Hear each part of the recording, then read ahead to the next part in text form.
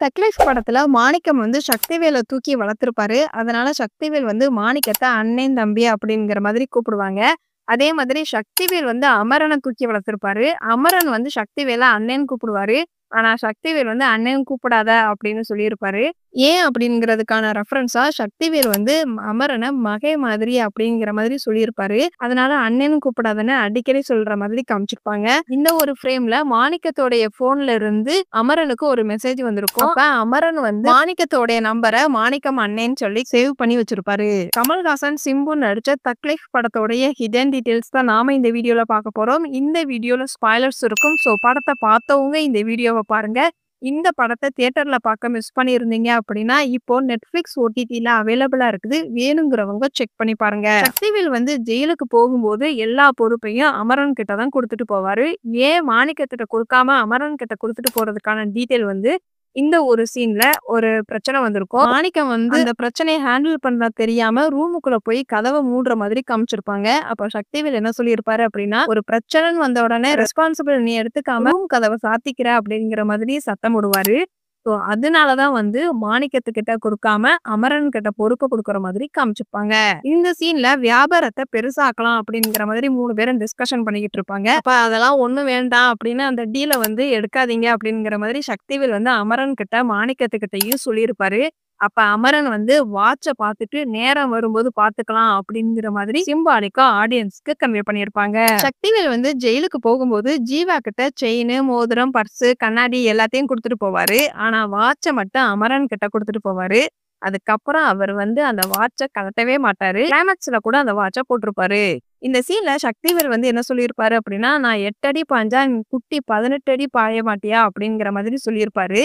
18 அடின்னு ஒரு பேச்சுக்கு சொல்லியிருந்திருக்கலாம். அப்ப இவங்க 2 பேருடைய மனநிலைமை வந்து ஒன்னாதான் இருக்கும். என்னதான் இருந்தாலும் நீங்க தான் முன்னாடி, நான் உங்களுக்கு வந்து பின்னாடி தான் இருக்கணும் அப்படிங்கிற மாதிரி சொல்லியிருப்பாரு.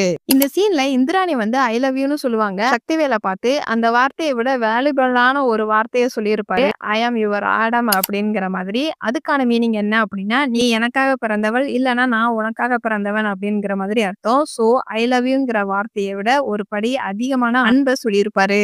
இந்திராணி வந்து தப்பான கேங்கு கிட்ட இருந்து சக்திவேல் கிட்ட வந்திருப்பாங்க. அப்ப சக்திவேல் வந்து இந்த சீன்ல 3 நாள் இருந்துட்டு அவருடைய வீட்டுக்கு போவாங்க. சக்திவேலுடைய வண்டி வந்து இந்திராணியோடைய வாசல்ல இருக்கிற வரைக்கும் சிரிக்கிற மாதிரி காமிச்சிருப்பாங்க. இதே இது சக்திவேல் போனதுக்கு அப்புறம் ஃபேஸ் வந்து கொஞ்சம் டல்லா மாறிடுவாங்க. ஏன்னா இவங்களோட லைஃப் வந்து பழையபடிதான் இருக்கும். இவங்களோட லைஃப்ல எந்த ஒரு சந்தோஷமும் இல்லாத மாதிரி காமிச்சிருப்பாங்க. சக்திவேலை வந்து இவங்க உண்மையா நேசிச்சிருப்பாங்க. அதனாலதான் வந்து சக்திவேல் போன உடனே ஃபேஸ் வந்து கொஞ்சம் டல்லாயிரும். இதுக்கான டீட்டெயிலா இன்னொரு இடத்துல வச்சிருப்பாங்க. சக்திவேலுடைய பொண்ணுக்கு மேரேஜ் ஃபிக்ஸ் பண்ணிருப்பாங்க. அப்ப இந்திராணி வந்து மேரேஜ் ஃபங்க்ஷனுக்கு வந்திருப்பாங்க. அமரன் வந்து எனக்கு உன்னைய ரொம்ப பிடிக்கும் அப்படின்னு சொல்லியிருப்பாரு. அதுக்கு இந்திராணி வந்து இல்ல எனக்கு வந்து சக்திவேலை தான் ரொம்ப பிடிக்கும் அப்படிங்கிற மாதிரி சொல்லியிருப்பாங்க. சக்திவேல் வந்து ஒரு இடத்துல நின்னு சந்தோஷமா வேடிக்கை பார்த்துக்கிட்டு இருப்பாரு. இவரை கொலை பண்றதுக்கு ஆளுங்க வந்த உடனே அவருடைய ஃபேஸ் ரியாக்ஷன் வந்து கொஞ்சம் கொஞ்சமா மாறுற மாதிரி காமிச்சிருப்பாங்க. அதே மாதிரி அமரன் வந்து சக்திவேலை கொன்னுட்டு அவருடைய ஊருக்கு வந்திருப்பாரு. அப்ப எல்லாரும் சக்திவேலுக்கு என்னாச்சு அப்படின்னு கேட்பாங்க. அதுல ஒருத்தனை கழுத்தை புடிச்சு தள்ளுவாரு. இதுதான் நடந்துச்சு அப்படிங்கிற மாதிரி. அங்க என்ன நடந்துச்சோ அதை அப்படியே இங்கேயும் சொல்லி காமிச்சிருப்பாரு. அமரன் வந்து சக்திவேலுடைய கழுத்தை பிடிக்கும் போது மவனே அப்படின்னு சொல்லுவாரு. ஆனா அமரன் வந்து ஒண்ணுமே சொல்லாம தலைய மட்டும் அசைச்சு நான் உன் மவன் இல்ல அப்படிங்கிற மாதிரி புடிச்சு தள்ளி விட்டுருப்பாரு. கைலாச கோயிலுக்கு வரணும்னு ஜீவா வந்து வேண்டியிருப்பாங்க. அதனாலதான் வந்திருப்பாரு. அமரன் வந்து சக்திவேலை தள்ளி விடும்போது கரெக்டா அந்த கோயில் கிட்டயே போய் விழுகிற மாதிரி காமிச்சிருப்பாங்க. சந்திராவுக்கு வந்து டைவர்ஸ் ஆயிடும். ஆனா மாமனார நல்லா கவனிப்பாங்க. ஏன் கவனிக்கிறாங்க அப்படின்னா, அவருதான் வந்து சந்திராவை சின்ன பிள்ளையில தூக்கி வளர்த்திருப்பாரு. அதனால அவரை நல்லா பாத்துக்கிற மாதிரி காமிச்சிருப்பாங்க. சக்திவேல் வந்து அமரனை தூக்கி வளர்த்திருப்பாரு. ஆனா அமரன் வந்து சக்திவேலை கொல்றதுக்கு ட்ரை பண்ணுவாரு. சந்திராவுடைய மாமனார் வந்து போலீஸுங்கிற மாதிரி சொல்லியிருப்பாங்க. அத இந்த ஒரு போட்டோ மூலமா காமிச்சிருப்பாங்க.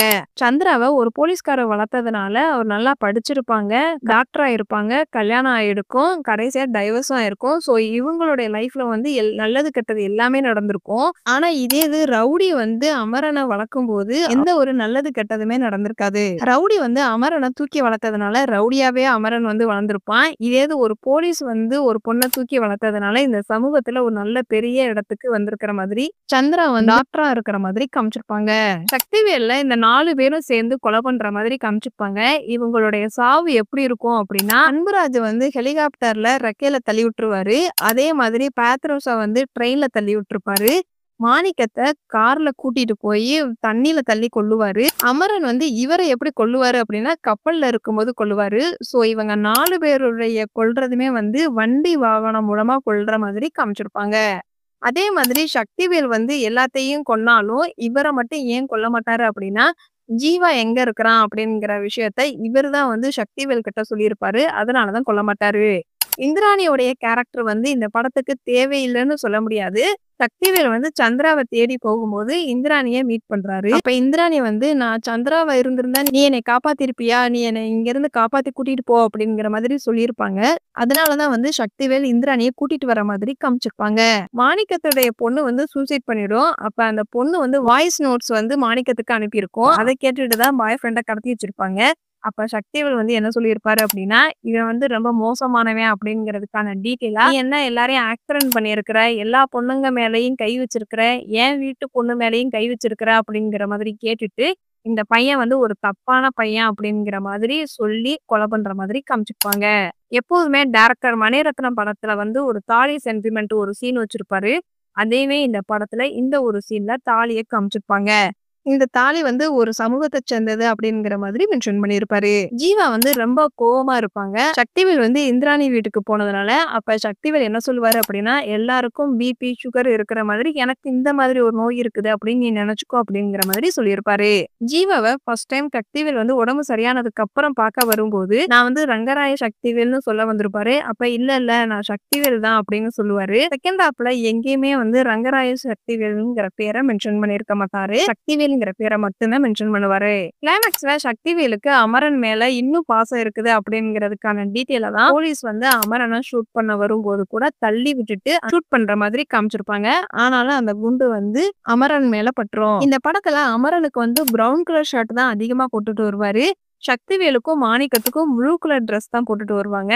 எப்பெல்லாம் அமரன் வந்து சக்திவேல் மாதிரி பேசுறாரோ அப்பெல்லாம் brown with blue colour mixed ஷர்ட்டா போட்டுட்டு வருவாரு. இதே இது செகண்ட் ஹாஃப்ல அமரன் வந்து ரங்கராய சக்திவேலுடைய இடத்துக்கு வந்ததுக்கு அப்புறம் சக்திவேல் மாதிரி முழுக்க முழுக்க ப்ளூ கலர் ட்ரெஸ் போட்டுட்டு வருவாரு. சக்திவேல் வந்து ஜெயிலுக்கு போகும்போது பிளாக் கலர் ட்ரெஸ் போட்டிருப்பாரு. இதே இது ஃபர்ஸ்ட் டைம் இந்திராணிய பார்க்கும்போது ஒயிட் கலர் ட்ரெஸ் போட்டிருப்பாரு. அதே மாதிரி இந்திராணி வந்து சக்திவேல பார்க்க வரும்போது அவருடைய ப்ளூ கலர் டோனுக்கு ஏத்த மாதிரி இந்திராணியும் ப்ளூ கலர் சாரி கட்டியிருப்பாங்க. தக் லைஃப் படத்தை ஒரு தடவையாவது நீங்க பார்த்திருக்கீங்க அப்படின்னா இந்த வீடியோக்கு லைக் பண்ணுங்க. இந்த படத்துல நடிச்ச எந்த கேரக்டரும் உங்களை ரொம்ப இம்ப்ரெஸ் பண்ணுச்சு அப்படிங்கிறத கமெண்ட்ஸ்ல சொல்லுங்க.